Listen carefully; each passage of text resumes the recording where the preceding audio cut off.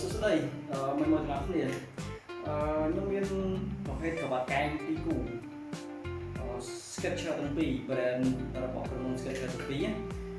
ក្រវ៉ាត់កែងបាទនេះរៀងបាតរៀងទៀបបាទហើយនេះរៀងបាតរៀងខ្ពស់ជាងបន្តិចណាជាទូទៅគឺទុនស្រួលពាក់គេហៅ Skechers ទុនមែនតើទុនស្រួលពាក់ណាsize 37ទាំងពីរប៉ុន្តែដោយសារវាជាប្រភេទក្រវ៉ាត់កែងអញ្ចឹងយើងអាចរករួមបានទេជាក់ស្ដែង size 37កន្លះអីក៏យើងពាក់បានដែរ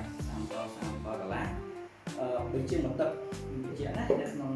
វីដេអូនេះដូចជាមកទឹកទេណាជាមកទឹកប៉ុន្តែដែលបានគឺនៅស្អាត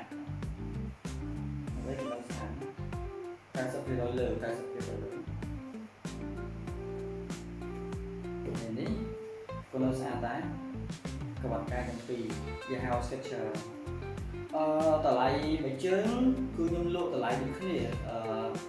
ខ្ញុំលក់12ណាមួយគូ$12នេះក៏$12ដែរយក2គូខ្ញុំព្រីស្វាត់ឲ្យ2គូព្រីស្វាត់ size 37កន្លះក្រវ៉ាត់កែងវាហៅ Skechers ឲ្យបានស្អាត